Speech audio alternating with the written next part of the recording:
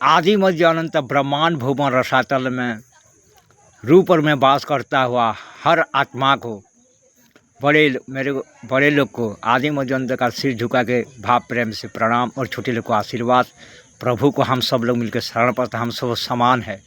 अलेखपुर भुवन है यहाँ पे कोई छोटा नहीं कोई बड़ा, हम सब समान है। चलो आज जानते हैं ये संसार पे, ये दुनिया में आदि मध्य अंत ब्रह्मांड भुवन रसातल अनेक प्रकार के गुरु है। उन सब के गुरु से महागुरु है जो सदगुरु है, उन सब गुरु का महाराज होते हैं वो। तो आज जानते हैं उस सदगुरु को प्राप्ति करने से हमारा ये शरीर मन दिल आत्मा मुक्ति प्राप्त करता है, ब्रह्म में लीन होकर रहता है, अमृत पद प्राप्ति हो जाता है। जिस पद को संत कबीर भीम पाया, वीर बजरंगबली पाया, विवेकानंद पाया, इसी तरह नरस मेहता पाया, विदुर पाया, वही पद प्राप्ति हमको हो जाता है। तो आज जानते हैं अनेक प्रकार के गुरु है ये संसार में, और उन सब से श्रेष्ठ है सदगुरुदेव। एक गुरु है वक्ता गुरु जो प्रवचन देते हैं और कहानियाँ कहते हैं और हम सबको सुधारने में लगते हैं, उसे वक्ता गुरु कहा जाता है, जो प्रवचन और कहानी कहते हैं और हमको समझाते हैं। फिर एक गुरु है निषिद्ध गुरु। निषिद्ध गुरु वो होते हैं जो मंत्र सिखाते हैं हमको, उच्चाटन, वशीकरण और मारण, इस प्रकार के विद्या सिखाते हैं मंत्र तंत्र के द्वारा, उसे निषिद्ध गुरु कहा जाता है। और एक गुरु है विहित गुरु जो कि हमसे कहते हैं ये संसार अनित्य है, नित्य नहीं है, इसलिए तुम लोग प्रभु का बन जाओ और घर में रह के प्रभु का जय जयकार गुणा प्रशंसा करो, ऐसा बोल के हमको सिखाते हैं, और ये है विहित गुरु। फिर एक गुरु है कारणाख्य गुरु कहा जाता है। कारणाख्य गुरु किसे कहा जाता है? कारणाख्य गुरु वो होते हैं जो कि हमारे कर्म कांड के विषय में हमको विद्या सिखाते हैं और उसके वजह से हम काम करके रुपया पा के चल पाते हैं। और उन सब से गुरु महागुरु है सदगुरुदेव, जो कि हमको जन्म मृत्यु के चक्र से मुकुलाते हैं और जिसे प्राप्ति करने से प्रभु प्राप्ति हो जाते हैं और आदि मध्य अंत काल के रूप में हमारा जीवन सफल हो जाता है, परमानंद सुख हमको मिलता है।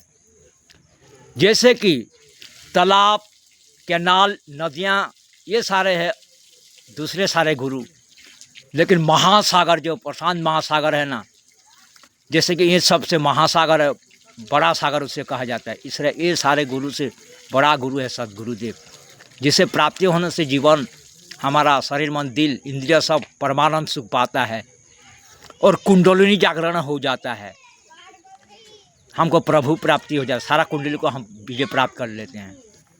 और सदगुरुदेव जैसे एक नित्य मलर है, ऐसे हम भी बन जाते हैं और ब्रह्मानंद सुख स्वरूप हो जाते हैं। तीनों लोग में वो समरूप में भ्रमण करते हैं, हम भी ऐसे भ्रमण करने वाला बन जाते हैं और निश्चित रूप में हर पल रहते हैं वो, ऐसे हम भी बन जाते हैं। नित्य ज्योति स्वरूप वो भी हमको भी नित्य ज्योति स्वरूप बना देते हैं और आकाश के समान सुखमय हमको भी ऐसे बना देते हैं।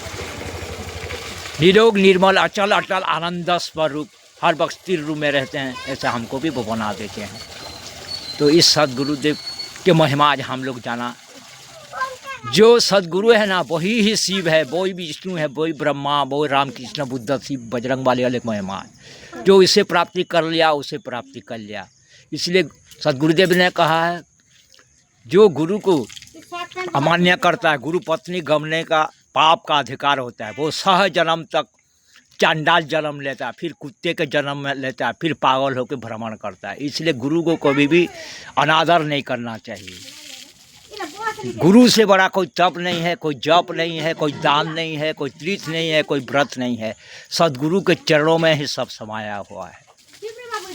इसलिए सदगुरु का हर पल जय जयकार गुणगान प्रशंसा करना चाहिए, आदि मध्य अंत काल रूप में उसे भाव प्रेम करना चाहिए।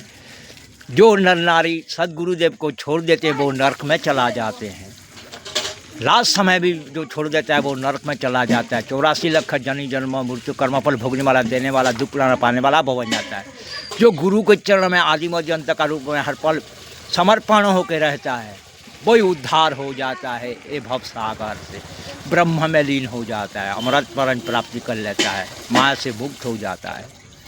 सदगुरु के अपार कृपा स्मरण कर दया से तो चलो आज इतना जानते हैं, कीट से ब्रह्म परम ब्रह्म, चल अचल उड़ा पुण्य ब्रह्म, आदि मजंत का रूप में बड़े लोग को सिर झुकाए, छोटे लोग को आशीर्वाद। और प्रभु का हम सब लोग मिलकर समर्पण होते हैं। हम सब समान हैं, कोई बड़ा नहीं कोई छोटा। प्रभु ही बड़ा रूप में है, भी छोटा रूप में उस रूप में है। हम क्षमा देंगे तो हमको क्षमा मिलेगा, हम भाव प्रेम करेंगे तो हमको भाव प्रेम मिलेगा। जो बोएंगे ना वही पाएंगे। इसलिए हम सब समान है। प्रभु ने संग कहा है, इसलिए सबको समान मानना चाहिए और सबको प्रणाम करते हैं शरीर मन दिल से, भाव प्रेम से। बस इतना में हम रखते हैं।